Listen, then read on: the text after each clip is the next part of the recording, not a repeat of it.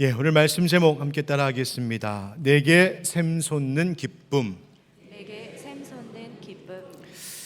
오늘부터 요한 서신, 요한 1서의 말씀을 연속하여 설교하면서 부활절 이후 기쁨의 50일, 또 아마 그 이후까지 계속 이어질 것 같은데, 이 절기 동안 이 말씀을 함께 연속하여 나누면서 하나님 우리에게 주시는 기쁨이 새롭게 되는, 충만케 되는 은혜가 있기를 간절히 원합니다. 오늘 설교 1, 2부 하다 보니까 제가 준비했던 설교를 다 하기에는 시간이 부족해서 오늘 아마 설교의 한 반 조금 더 하고 나머지는 다음 주에 할 겁니다. 원래 이렇게 재미있는 연속극일수록 다음 회가 더 기대가 되는 것처럼, 그럼 오늘만 듣지 마시고 다음 주에 꼭 오셔서 하나님의 말씀 계속 이어서 함께 들으셨으면 참 좋겠습니다. 여러분 묻고 싶습니다. 요즘 기쁘십니까? 제가 이럴 줄 알았습니다. 네라고 하시는 분도 계시지만 선뜻 대답하기 참 어렵다 하시는 분들도 있으리라고 생각합니다. 주님께서 분명 우리에게 항상 기뻐하라 말씀하셨는데 왜 우리는 항상 기뻐하지 못하며 살까? 주님께서 항상 기뻐하라 하셨다며 항상 기뻐할 이유가 분명히 있을 것인데 그것이 무엇일까? 오늘 바로 그 말씀을 함께 좀 나누려고 합니다. 여러분, 우리 대한민국 사람들은 참 행복해하며 살고 있을까요? 기뻐하며 살고 있을까요? 아니면 그 반대일까요? 안톤 숄츠라고 하는 독일인 언론인이며 기자인 분이 2022년도에 이런 제목의 책을 냈는데요. 한국인들의 이상한 행복. 한국인들이 행복을 추구하고 행복을 누리며 살고는 있는 것 같은데 뭔가 이상하다, 그런 책입니다. 도대체 이 독일 사람은 우리 한국인들을 어떻게 보고 있는 것일까? 왜 우리나라 사람들이 추구하는 행복이 이상하다고 말하는 걸까? 궁금해서 찾아 읽었습니다. 그런데 이 책의 시작에서 한 이야기를 먼저 들려주고 있는데, 안톤 숄츠 이 사람이 자기가 옛날부터 마음에 품고 있었던 한 이야기 글이 있어서 그거를 들려줍니다. 그 이야기는 누구 이야기냐면 여러분들도 잘 아실 유명한 그 영국의 밴드 비틀즈의 멤버였던 존 레논의 이야기입니다. 이 존 레논이 어려서 이제 학교에 처음 딱 들어갔는데, 학교에 처음 들어가니까 사람들이 묻더랍니다. 너는 커서 뭐가 되고 싶니? 그래서 이 존 레논이 이렇게 대답했대요. 나는요, 크면 행복한 사람이 되고 싶어요. 그랬더니 오히려 되려 이렇게 묻더랍니다. 야, 내가 너한테 무슨 질문을 했는지 이해를 못하는구나. 질문이 뭔지 모르고 지금 엉뚱한 소리 하는구나. 이렇게 사람들이 오히려 반응했다는 거예요. 이 존 레논이 그렇게 대답했던 이유는 자기가 어렸을 때부터 엄마가 항상 해주던 말씀이 있으셨대요. 삶의 열쇠는 행복이라고. 행복이 삶을 여는 열쇠라고 말이죠.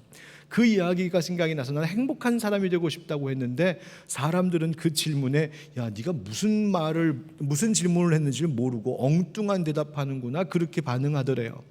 그래서 그런 사람들에게 존 레논이 늘 이야기했답니다. 뭐라고 거꾸로 대답했냐면, 당신이 만약에 그렇게 생각한다면 그것은 당신이 인생을 잘 이해하지 못하고 있는 겁니다. 이렇게 대답했답니다. 너는 나중에 크면 뭐가 될래? 물어보면 사람들은 저마다 너 무슨 직업 할 거냐? 뭘 전공할 거냐? 뭐해서 돈 벌 거냐? 뭐해서 성공할 거냐? 그거 물어보고 그 답 기대하며 사는 건, 그것이 우리가 살고 있는 이 시대요, 이 사회요, 우리나라의 모습이라는 것이죠. 여러분, 진짜 행복이 거기에 있을까요? 진짜 기쁨이 거기에 있을까요? 행복이란 무엇일까? 너무 흔한 말이지만, 흔한 질문이지만 또 그만큼 너무 어려워 답을 찾기 어려운 이 질문, 행복이란 무엇일까? 여러분, 이 독일인이 한국 사회에서 사람들 보면서 참 행복해하면서 사는 것 같기는 한데 뭔가 이상하다고 말하면서 들려주는 이야기를 한번 좀 귀 기울여 들어보십시오. 독일인의 눈에 한국이라고 하는 나라는 전 세계에서 가장 가난했던 나라에서 이제는 강대국으로 부상한 성공 신화를 이룬 나라였습니다. 경제적 수준은 물론이거니와 한국의 K문화, 과학기술력 등등 모든 것이 앞서가는 급부상한 선진국이고, 더군다나 많은 개발도상국들이 롤모델로 삼고 있는 성공적인 나라라는 거예요. 그런데 반면 한국 국민들의 행복 지수는 어떨까? 밑바닥을 치고 있고 세계 최고의 자살률, 심각하도록 저조한 출산율, 그리고 한국을 떠나고 싶어하는 젊은이들이 너무나 많은 것 등등, 이 완벽해 보이는 한국이라고 하는 나라인데 그 나라의 겉모습에 뭔가 잘못된 것이 혹 숨어 있는 것은 아닐까 의구심을 갖고 이 책을 써 내려가기 시작합니다. 이 사람이 한국 사회에 대해서 이렇게 말합니다. 달콤한 미소에 감춰진 균열, 완벽한 웃음 속에 비친 얼룩 같습니다. 놀랍도록 전 세계에 떠오른 대한민국의 위상과 이미지는 어찌된 일인지 성형된 듯합니다. 여러분 이 중에도 이제 성형하신 분들 계시잖아요. 저는 잘 몰라요. 봐도 잘 모르게 걱정하지 마세요. 그런데 이 성형한 얼굴이 아름답고 예쁘죠. 그런데 어느 때는 뭔가 조금 어색하게 느껴지는 것이 없지 않아 있는 것처럼 우리나라의 모습이 지금 그렇다는 거예요. 대한민국 사회가 그렇다는 거예요. 언뜻 보면 참 행복해 보이고 잘 사는 것 같고 잘 나가는 것 같고 야 성공적인 나라다 싶은데 가만히 들여다보면 그 안에서 살아가고 있는 사람들의 면면을 살펴보게 되면 뭔가 어색하고 뭔가 잘못된 것이 있고 만족하지 못하고, 그래서 한국 사회를 이런 사람으로 비유하여 말합니다. 겉으로 보기엔 성공했고 명성도 얻었지만 내적으로 점점 공허하고 외로움을 앓고 있는 사람, 한국 사회를 사람으로 비유하면 이런 사람이지 않을까. 사회를 향한 개개인의 절망감 역시 증가하고 있다. 그렇다면 이러한 놀라운 발전 속에서 외면과 내면의 불균형은 도대체 언제 어디에서부터 벌어진 것일까? 물론 이분은 한국을 너무나 사랑하는 분이셔서 이 한국 사회와 한국 사람들이 더 나아지기를 바라는 마음으로 솔직하게 이러한 이야기들을, 여러 가지 이야기들을 다루는데, 이 이야기를 다루는데 읽다 보면 참 고맙다 싶으면서도 한편으로는 우리 민족, 우리 백성들의 민낯이 그대로 드러나고 있는 것 같아 책을 읽다가 좀 부끄러워지기도 하고 불편하기도 해서 바로 이것이 우리의 불편한 진실이구나 라고 하는 것을 느꼈습니다. 여러분, 이 이야기를 들려드리면서 함께 생각해 보려고 하는 것이 이것입니다. 우리 그리스도인들은 어떨까? 우리도 대한민국 사람들입니다. 이 한국 사회에서 살아가고 있는 그 사람들입니다. 그러나 동시에 우리는 예수 그리스도를 믿는 그리스도인들이기에 세상은 혹시 그럴지 몰라도, 세상은 그렇게 참된 행복과 참된 기쁨을 찾지 못해서 그렇게 어려워해도 나는 그리스도인이니 세상 사람들과는 다릅니다. 나에게는 진짜 행복, 온전한 기쁨이 나에게는 있습니다라고 과연 이 사람 앞에서 당당하게 우리는 말해볼 수 있을까? 행복이라고 하는 것은 기쁨과 분리될 수 없는 것일진데 어쩌면 이 행복과 기쁨은 이름이 다를 뿐 똑같은 것을 이야기하고 있는 것은 아닐까 싶기도 한데요. 과연 여러분, 우리는 세상 사람들이 추구하는 행복, 세상 사람들이 얻기를 원하는 기쁨과 뭐가 다른 것인지 우리가 한번 돌아볼 필요가 있다는 것입니다. 여러분, 정말 행복하고 기쁘십니까? 우리가 부활절부터 성령 강림절까지를 기쁨의 50일이라고 부르면서 절기를 지킵니다. 사망 권세를 이기시고 부활과 영생의 기쁨을 주신 그 예수 그리스도로 말미암는 기쁨, 그 기쁨을 누리고 전하는 바로 절기가 이때인데, 여러분 어떠셨습니까? 지난 부활주일 이후로 한 주간 기쁘게 지내셨습니까? 기쁨이 막 넘쳐 올랐습니까? 아니면 부활주일 지나면서 기쁨도 다 지나가 버리고 말았습니까? 부활의 예수 그리스도를 따른다 하는 그리스도인들조차도 기쁨을 잃어버린 채 이 세상을 살아가는 모습을 너무나 많이 봅니다. 분명히 예수 믿는 사람인데, 분명히 오랫동안 신앙생활하는 분인데 웃음이 없습니다. 기쁨이 없습니다. 미소를 잃었습니다. 참 기쁨을 찾지 못하니 헛된 기쁨, 엉뚱한 기쁨만 추구하며 삽니다. 여러분, 참 기쁨 어디에 있는 것일까요? 무엇이 진짜 기쁨일까요? 어떻게 하면 세상은 아무리 변해도 나는 변치 않고 빼앗기지 않는 그 샘솟듯 하는 멈추지 않는 기쁨을 우리는 발견하고 누릴 수 있을까요? 제가 어릴 적 어머니 따라 외할머님 따라서 서울 천호동 광성교회 이렇게 예배 교회 다녔던 기억을 떠올려 보면 제가 어른 예배 늘 참석했거든요. 늘 어른 예배 교회 학교 예배 참석하고 나면 어른 예배 꼭 같이 참석하고 부흥회 다 따라다니고 하여튼 좀 별났습니다. 그런데 그때 되면 어른들이랑 예배 드리다 보면 한참 많이 불렀던 찬양이 있어요. 지금까지 많이 부르는 찬양. 이게 지금 70년대 말 80년대 초 이야기인데요. 이 찬양이에요.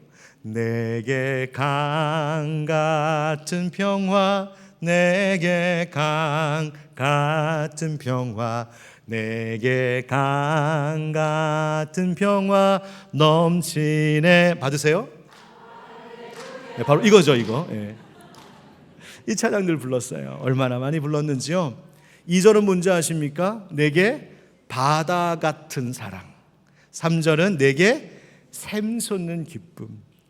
여러분 그때는요 이 찬양 부르면서도 이게 무슨 말인지 그냥 하도 신나게 부르니까 따라 부르긴 했지만 무슨 말인지 모르고 불렀는데 지금 자라서 생각해 보니 이 고백이 얼마나 놀라운 고백인지요. 내게 강 같은 평화, 흘러넘치는 평화, 내게 바다처럼 넓은 사랑, 그리고 샘솟는 기쁨. 살면서 이런 것들이 얼마나 필요한지, 이것이 얼마나 절실한 것인지를 더욱 깨닫게 되는 것 같습니다. 여러분, 샘솟는 기쁨이 뭔가요? 마르지 않는 기쁨이라는 겁니다. 세상에는 아무리 참된 기쁨이 다 말라가고 아무리 어떤 사람들은 그래서 헛된 기쁨만 계속 추구하며 거기에 취하여 빠져 살아간다 할지라도 나는 그렇지 않습니다. 내 안에는 마르지 않는 기쁨이 있습니다. 우리 안에는, 우리 교회에는, 우리 가정에는, 내가 살고 있는 삶의 일터 가운데에는 마르지 않는 샘과 같이 날마다 새롭게 솟구쳐 흐르는 진짜 참된 기쁨이 있습니다. 여러분, 이것을 고백하며 살 수 있다면 얼마나 행복하겠습니까? 여러분, 그 기쁨, 그 행복 어디에 있는 것일까요? 바로 요한일서 말씀을 통하여서 함께 그것을 나누려고 하는 것입니다. 여러분, 요한일서는 요한 2서, 요한 3서와 함께 전통적으로 예수님의 제자 중에 하나였던 사도 요한에 의하여 기록된 편지라고 봅니다. 그래서 요한의 편지라고 해서 요한서신이라고 그렇게 부르는 것이죠. 요한일서가 언제 쓰였을까? 아마도 사도 요한이 이 요한계시록을 쓰게 되었던 배경인 반모섬에 유배 가기 전, 그 전에 기록된 것이 요한서신일 것이라고 봅니다. 그런데 그 시대가 어떤 시대였느냐 하면 바로 초대교회 그리스도인들이 로마 황제 도미시안 황제에 의해서 극심한 박해를 받을 때입니다. 예수 믿는 것 걸리면 붙잡혀가고 함께 예배하던 형제자매가 한순간에 끌려가 사자밥이 되어야 했던 그 기가 막힌 그 공포와 두려움 가운데 매일을 살아가야 했던 그 사람들에게 지금 사도 요한이 편지를 쓰고 있는 겁니다. 뭐라고? 4절 말씀에 이렇게 말합니다. 우리가 이것을 쓰면 우리의 기쁨이 어떻게? 충만하게 하려 함이라. 아멘. 여러분, 어떻게 박해 가운데에 날마다 고통 가운데 언제 죽을지 모르는 그 위험 속에 다른 이유 때문도 아닌 예수 믿는다라고 하는 그 믿음 하나 때문에 그거 버리지 않으려고 붙잡고 있다가 언제 죽을지 모르는 그 공포스러운 하루하루를 살아가야 되는 현실 속에 그 사람들에게 요한이 편지 씁니다. 너희 안에, 우리 안에 큰 기쁨이 충만하여 그 기쁨을 함께 나누고 싶다고. 도대체 그 기쁨이 뭐란 말입니까? 여기서 충만하다라고 하는 말은 차고 넘쳐 흐르다라는 말이에요. 순간적이고 일시적이고 잠깐 있다가 사라져버리는 그런 기쁨 말고 어찌할 수 없을 정도로, 나도 주체하지 못할 정도로 끊임없이 내 안에서 흘러 넘치는 기쁨이 있는데 그 기쁨을 얻을 수 있도록 이 편지를 쓴다는 겁니다. 여러분, 어떻게 이 무서운 시대 속에 그런 기쁨을 기대할 수 있을까요? 여러분, 이 말씀이 우리에게 주는 가르침이 뭔지 아십니까? 그런 기쁨이 있다는 것입니다. 먼저는 그런 기쁨이 있다는 것입니다. 어떤 핍박과 환난도 견디게 해줄 만한 기쁨이 있다는 것입니다. 세상이 절대로 나에게서 빼앗아갈 수 없는 기쁨이 있다는 것입니다. 세상은 절대 줄 수 없는 그 기쁨, 아무리 세상이 변해도 메마르지 않고 샘솟듯 솟는 기쁨이 존재한다는 것입니다. 도대체 그 기쁨 어떻게 얻을 수 있을까요? 여러분, 지금 이 사도 요한의 이 이야기는 사실 사도 요한을 통하여 오늘 우리에게 주님이 주고 계신 말씀입니다. 이 말씀 묵상할 때 주님이 이렇게 말씀하시는 것 같습니다. 내가 십자가의 죽음을 이기고 사흘 만에 부활한 것, 내가 나의 일꾼들을 통하여 이 모든 십자가와 부활과 승천함의 증인이 되게 했던 것, 이 편지를 그들로 통하여서 기록하여 남기게 한 것, 그리고 지금 모여 예배하는 너희들에게 이 편지를 다시 읽혀주고 이 편지를 풀어 설명해 주는 것, 이 모든 것에는 단 한 가지의 이유가 있다. 그것은 너희에게 샘솟듯 하는 기쁨이 충만케 되기를 원해서이다. 예수님 우리에게 말씀하고 계시는 것 같습니다. 그 기쁨 어디서 찾을 수 있을까요? 한번 따라하겠습니다. 생명의 말씀에 기쁨이 있습니다. 생명의 말씀에 기쁨이 있습니다. 여러분, 사도 요한은 예수님의 12제자 중 하나였어요. 얼마나 예수님께 사랑받는 제자였는지 이 요한은 자신이 쓴 그 복음서 요한복음에 자기를 이렇게 나타내는데 자기의 이름 그대로 드러내기가 좀 그러니까 자기를 어떻게 표현했냐면 이렇게 표현했어요. 스스로 예수께서 사랑하시는 제자.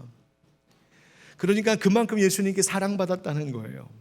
또 안드레와 처음으로 예수님을 따랐던 처음 제자가 바로 요한이었고요. 예수님께서 신문을 받던 뜰 안까지 따라 들어갔던 이가 요한이었습니다. 십자가에 달리시는 동안 그 곁에 서 있었던 제자도 요한이었고요. 예수님께서 당신의 어머니를 부탁하셔서 그래서 늙어서까지 그 어머니를 계속 모셨던 제자가 바로 요한이었습니다. 부활이신 예수님과 함께 걸었던 요한, 그래서 그 요한이 예수님을 따르는 모습을 베드로가 보면서 말했던 것이 요한복음 21장에 나오는 것이죠. 요한은 이처럼 예수님과 함께 살았던 사람, 예수님의 품에 안겨서 그 사랑을 경험했던 사람, 예수님과 함께 여행했던 사람이었어요. 그러니 그의 모든 예수님에 대한 증언은 직접적인 요한의 경험에 의한 증언이라는 것이죠. 그야말로 예수님의 진정한 목격자 경험자였습니다.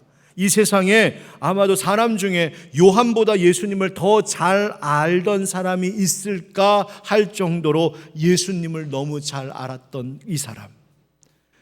그런데 그런 사도 요한이 우리에게 예수님을 지금 소개해주고 있습니다. 뭐라고 소개하는지 들어보십시오. 1절 2절입니다. 태초부터 있는 생명의 말씀에 관하여는 우리가 들은 바요 눈으로 본 바요 자세히 보고 우리의 손으로 만진 바라. 이 생명이 나타내신 바 된지라. 이 영원한 생명을 우리가 보았고 증언하여 너희에게 전하노니 이는 아버지와 함께 계시다가 우리에게 나타내신 바 된 이시니라. 아멘. 요한이 예수님을 뭐라고 소개하고 있냐면 1절에는 태초부터 있는 무엇? 생명의 말씀이라고 지금 소개하고 있고요. 동시에 2절에서는 영원한 생명이라고 예수님을 소개하고 있어요. 예수님 제일 잘 알았던 제자가 예수님을 이렇게 말합니다. 이 말씀은 무슨 뜻일까요?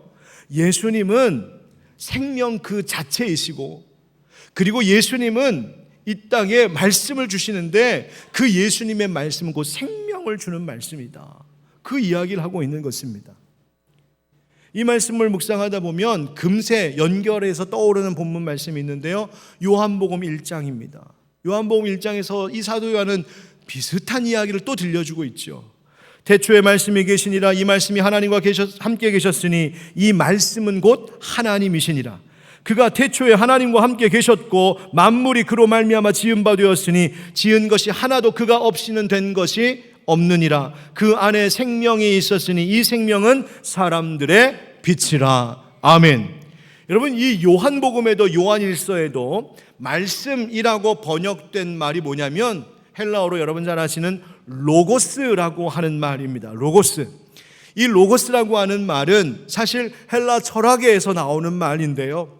이 로고스는 뭘 말하는 것이었냐면 우주 만물을 다스리는 어떤 원리, 모든 만물의 시작, 기원, 그리고 모든 보편적인 진리와 도를 의미하는 것이 로고스라고 하는 말이 의미하는 것이었어요. 그런데 지금 사도 요한이 이렇게 말하는 겁니다. 너희 헬라 사람들이, 너희 헬라 철학자들이 로고스라고 말하면서 그렇게 높였던 그것 있지, 로고스.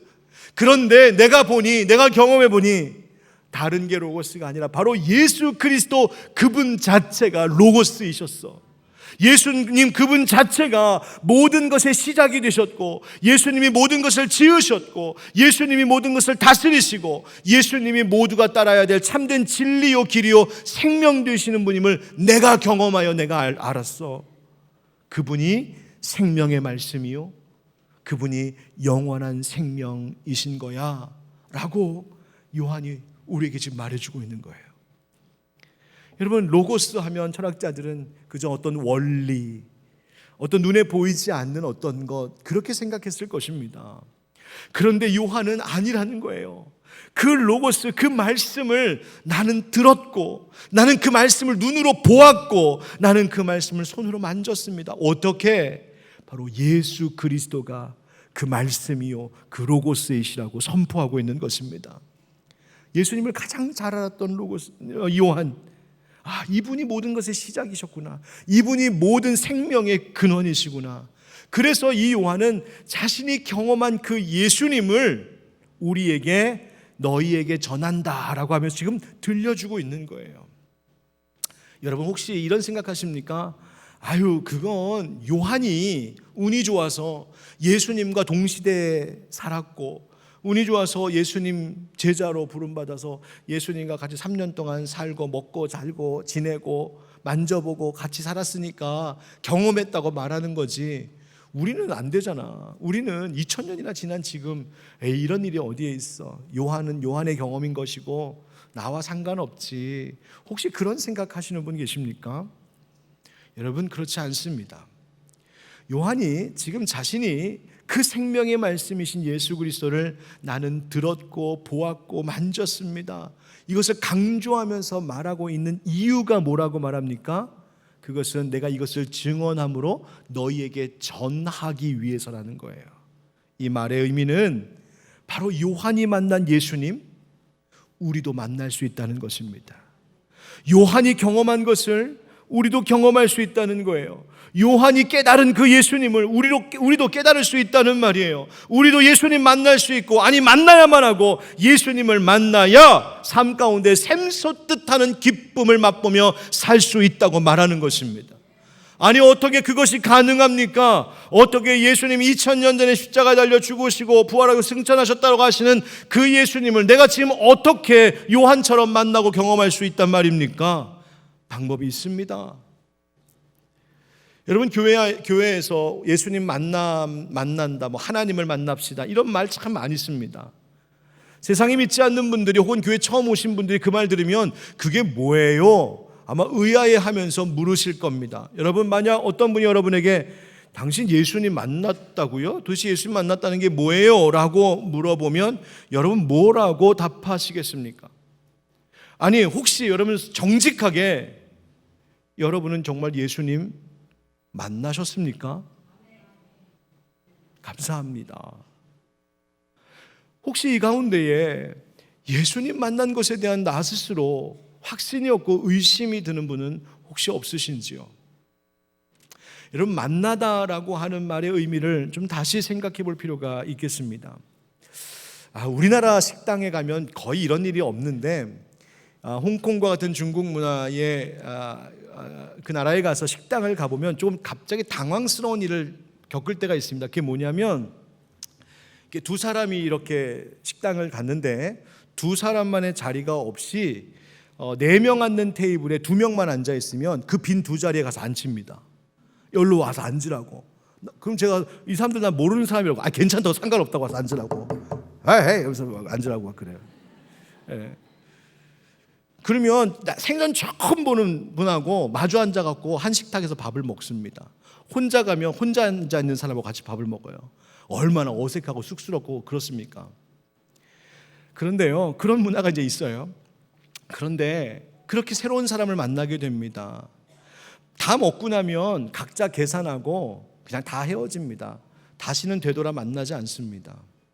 여러분, 분명히 한 테이블에서 같이 밥을 먹었는데도요, 만났다라고 말할 수 있지만 그것을 보고 진짜 그 사람이 이 사람을 진정으로 만났다 말하지 않습니다. 그건 진정한 만남이 아니기 때문입니다. 그저 스쳐 지나가는 것이었어요. 여러분, 우리가 길을 가다가도 수없이 많은 사람들을 스쳐 지나가면서 만납니다. 출근해서 종일 일하면서 많은 사람들 여러분 만나실 것이고요, 때로는 이웃들 아파트 엘리베이터 안에서 만나기도 합니다. 그런데 그렇게 많은 사람들을 만나기도 하고 눈으로 보기도 하고 그렇게 함께 때로는 심지어 같이 한 식탁에서 밥을 먹기도 하고 대화도 나누는데 세상 사람들 뭐라고 말하는지 아십니까? 나 외로워. 봄날에 벚꽃 피니까 더 외로워 죽겠어. 아니, 그렇게 많은 사람들하고 만나고 있는데 왜 외로움을 현대인들은 느낄까? 이유는 한 가지 아니겠습니까? 만나면서도 진짜로 만나지 못한 것입니다. 진정한 만남이 그 안에서 이루어지지 않았다는 이야기입니다. 여러분, 잊지 마십시오. 만남이라고 하는 것은 물리적으로 마주 대하고 있다고 해서, 심지어 한 테이블에서 같이 밥을 먹었다고 해서 그것이 진정한 만남이 아닙니다. 진정한 만남이란 서로의 마음이 가까워지는 것, 진정한 만남이란 서로의 마음이 합쳐지는 것을 이야기합니다. 거꾸로 이야기하면 우리가 물리적으로 같이 마주 앉을 수 없는 시간과 공간의 한계에 있다 할지라도 우리의 주님과 우리의 마음이 합하여진다면, 그분의 마음이 내게 부어지고 그분의 모든 생각함과 모든 것들이, 가르침이 내 삶을 뒤집어 놓고 변화시키는 엄청난 역사가 일어나서 그 주님이 내 삶을 바꾸어 놓았다라고 하면 바로 그것이 우리 예수님을 만난 역사가 되는 것인 줄 믿습니다. 하나님은 바로 그 예수님을 만날 수 있도록 우리에게 일하셨습니다. 어떤 은혜를 주셨냐면, 먼저는 그 예수님이 이 땅에 육신으로 계시는 동안에 예수님을 곁에서 직접 따르며 보고 경험한, 바로 이 사도 요한과 같이 직접 예수님을 보았던, 경험했던 사람들을 두셨습니다. 증인으로 세우셨어요. 그리고 그들로 하여금 증언하게 하셨습니다. 또 한 가지, 바로 그들의 증언이 말로만 있는 것이 아니라 그들의 증언을 기록으로 남기게 하셔서 시간이 흐르고 역사가 흐르고 세상이 변해도 이들의 경험이 헛된 경험이 아닌 참된 경험이었음을 우리에게 알게 하셨습니다. 바로 그것이 무엇일까요? 맞습니다. 그것이 바로 성경입니다. 하나님의 말씀, 바로 이것을 통하여 예수님이 증언되었고, 그 증언하고 있는 그들의 소리를 말씀을 통하여 들으면서 우리는 예수님을 만나게 되는 것이죠. 그 예수님 만난 사람들, 말씀을 통하여 예수님을 만나고 말씀 때문에 세례를 받고 말씀을 통하여 예수님을 만난 자들이 함께 모여 예배하는, 바로 이곳이 바로 그리스도인들의 모임, 교회인 것입니다. 여러분, 과연 나는 정말 예수님을 깊이 만났는가 한번 되돌아보십시오. 예수님 때문에 내 인생이 뒤바뀐 그 포인트가, 그 지점이 있었는지 한번 살펴보십시오. 또 옛날 과거에 한번 만났던 그것으로 난 다 됐다, 끝나버린 것은 아닌지, 지금도 말씀 속에서 내가 예수님을 계속해서 만나고 있는지 우리 돌아보셔야 합니다. 제가 새가족 교육을 들어가게 되면 꼭 처음 우리 교회 오신 분들에게 해드리는 이야기 중에 하나가 뭐냐면, 새로 오신 분들이 궁금할 것 같잖아요. 저 인간은 어쩌다가 목사가 됐을까, 쯧쯧쯧 막 이러면서요. 그래서 궁금해하실 것 같아서 제가 어떻게 하다가 목사가 됐는지, 신학을 하게 됐는지 이야기를 잠깐 들려드리는데요. 제가 종종 몇 번 말씀드렸을 겁니다. 저는 신학교를 준비하다가 주님을 만났습니다. 그럼 말이 좀 이상하지 않습니까? 주님을 만나서 신학교를 가는 거잖아요. 근데 신학교를 준비하다가 주님을 만났다, 뭔가 좀 앞뒤가 바뀐 것 같지요? 그럴 만한 이유가 있습니다. 저는요, 사실 신학교 가기로 결단하기 전에도 예수님 잘 알았거든요. 예수님 만났었고요, 예수님 말씀 배웠고, 예수님 은혜 많이 받으면서 그렇게 자라왔습니다. 그런데 신학교를 가기로 결단한 이후로, 그 신학교 준비하려면 성경 공부해야 되니까요, 하나님 말씀 성경을 붙들고 읽기 시작하는데 웬일인가요? 이 성경의 말씀이 제 인생을 뒤엎어놓기 시작했습니다. 하나님의 말씀이 얼마나 강력하게 저를 붙드는지 시간 가는 줄 모르고 하나님 말씀에 붙들려 있었고요. 새벽에 눈 뜨면 그냥 성경 읽고 공부하기 시작했고 하루 종일 거기에 매여 있었고 자면서도 성경 옆에 붙잡고 있어야 잠이 왔었으니까요. 성경을 읽다가 때로는 눈물 콧물 쏟으면서 대성통곡하며 울기도 했고요. 성경 읽다가요, 내 인생에 풀리지 않았던 그 젊음의 그 풀리지 않았던 인생의 숙제들이 하나씩 조금씩 풀려나가는 것이 좀 느껴질 때마다 하나님 앞에서 기가 막힌 환희를 느끼기도 했고요. 인생의 앞길이 보이지 않아서 막막한 그 순간인데 하나님의 말씀 속에서 가야 할 길이 조금씩 빛이 비춰지는 것을 보면서 얼마나 감사하고 얼마나 감격하고 그 말씀에 붙들려 있었는지, 그래서 그 마음속에 하나님, 내가 예수님 다시 만나는군요. 예수님 정말 사랑합니다. 예수님 닮고 싶습니다. 그 마음이 불처럼 일어났던 때가 있었어요. 하나님 말씀 때문에, 성경 말씀 속에서요. 여러분 생각해 보십시오. 그때 제가 읽었었던 성경책과 그 전에 제가 젊어서 읽었었던 성경책과 다른 성경책이 아닙니다. 똑같은 성경책이었고요. 그리고 똑같은 스토리들이었습니다. 그런데 그때는 그 성경이 제 인생을 완전히 뒤엎어 놓았었습니다. 왜 그랬을까? 바로 그 성경의 말씀을 통하여 예수님이 저를 다시 뜨겁게 만나 주셨기 때문이었습니다. 그 강력한 힘에 붙들려 이제는 내가 주님과 평생 함께 사는 삶을 살겠다라고 결단하고 이 길을 여기까지 오게 된 것이죠. 제가 이 이야기 1부 때도 했고요, 2부 때도 했거든요. 그런데 1부 때도 하고 2부 때도 하고 또 새 가족들한테도 이 이야기 들려주고 나면 꼭 그 뒤에 성령님께서 제게 탁 찌르면서 하시는 말씀이 하나 있습니다. 그래, 그때 참 좋았지. 근데 넌 요즘은 어떠냐? 그때 참 좋았지. 네가 성경의 말씀에 푹 빠져갖고 시간 가는 줄 모르고 하나님 말씀 붙들고 거기서 울고 웃고 했었던 그때 네 안에 있었던 나 성령도 얼마나 좋았었는지 몰라. 그런데 요즘은 어떠냐? 아무리 성도들한테 옛날 이야기 해봐도 소용없어. 지금 예수 만나는 기쁨 없이는 말이지. 여러분 어떠십니까? 옛날에 성경 말씀 들으면서 만났던 예수님, 그저 추억 속에 그대로만 남아있는 것은 아닙니까?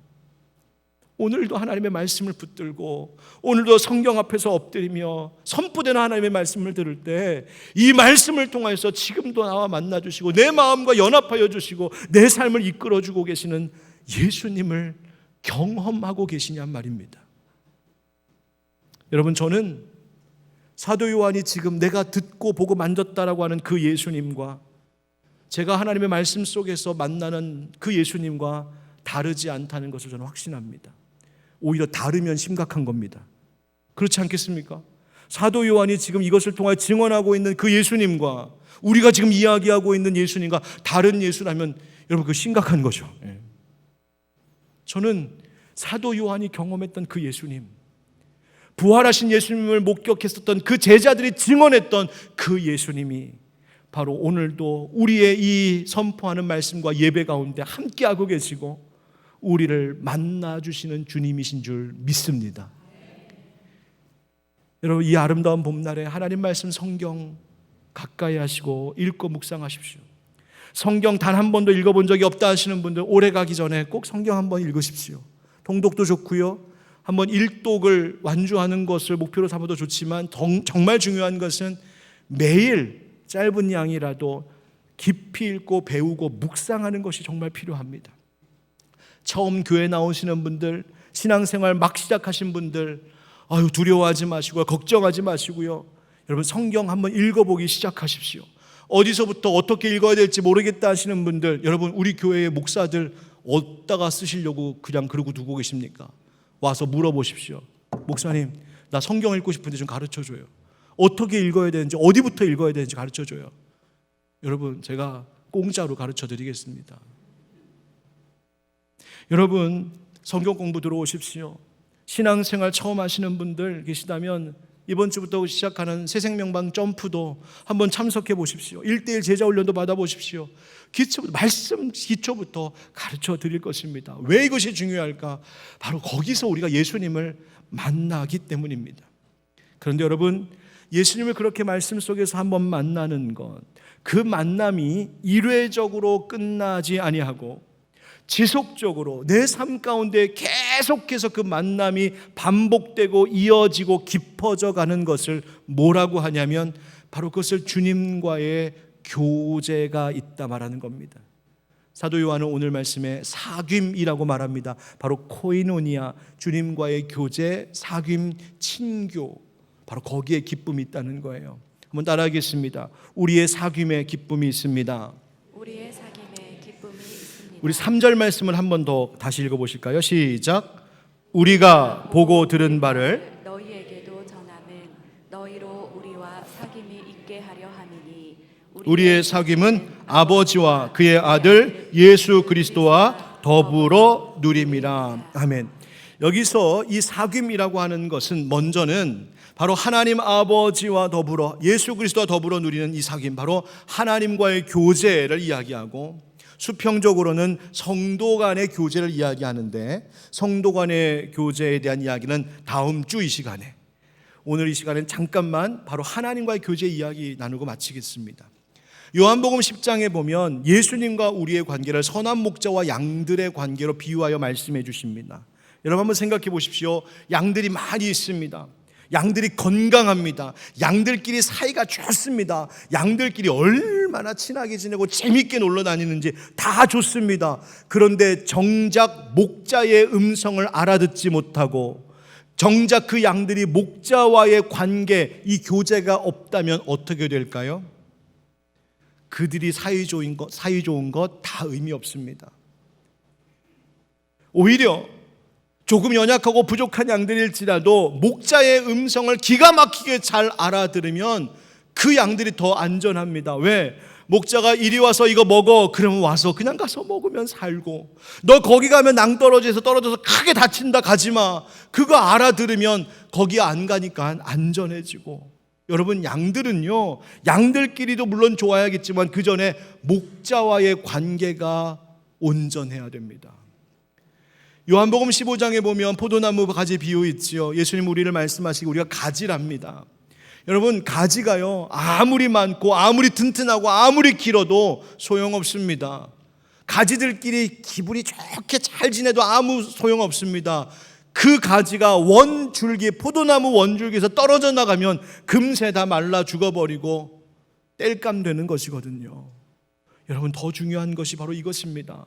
주님과의 끊어지지 않는 교제, 날마다 주님께 붙어있는 그 삶을 살아가는 것입니다. 사랑하는 성도 여러분, 오늘 예배하는 우리 모든 교우들 바로 이것을 잊지 않고 살아가시기를 주의 이름으로 축복합니다. 로이드 존스 목사님이 이런 이야기를 합니다. 이 본문 말씀을 가지고, 요한 1서의 말씀은 이 세상에 의해 드러나는 하나님을 거스르는 영적 권세가 있음에도 불구하고, 그러니까 우리 그리스도인들로부터 기쁨을 빼앗아가고 행복을 빼앗아가고 우리를 불안하게 하고 하나님을 불신하게 만들려고 하는 온갖 영적 어둠의 권세들이 이 세상에는 분명히 있다는 것입니다. 감당할 수 없는 영적 어둠의 권세가 우리를 공격해오는 것이 현실이라는 것입니다. 그러나 그럼에도 불구하고 이 말씀은 그리스도인이 지켜야 할 위상에 대해 설명해 주고 있습니다. 세상이 아무리 공격해오고 아무리 우리의 기쁨을 빼앗아 가려고 해도, 혹은 저기에 기쁨이 있다고 헛된 기쁨을 우리에게 가져다 보여주며 유혹할 때가 있다 할지라도, 그리스도인이라면 아니요, 나는 하나님의 말씀 속에서 예수 만나는 것이 내 삶의 가장 큰 기쁨입니다. 예수 만나는 기쁨이 내 안에 샘솟듯 솟습니다. 이것이 이 세상과 싸워 이겨나가는 저의 힘입니다라고 외칠 수 있는 그 모습, 그것이 바로 그리스도인들이 지켜야 할 이 세상에서의 위상, 지켜야 할 그 거룩한 모습이라고 이야기하는 것입니다. 사랑하는 성도 여러분, 세상이 어렵고 힘들고 때로는 기뻐할 일 참 없는 것 같다 싶다 할지라도, 다른 기쁨 아닌 바로 말씀을 통하여 주님 만나는 그 기쁨, 주님 깨닫는 그 기쁨으로 인해 여러분, 나는 오늘도 샘솟듯 솟아나는 기쁨 가운데 삽니다, 노래할 수 있는 저와 여러분 되게 주님의 이름으로 축원드립니다. 아멘.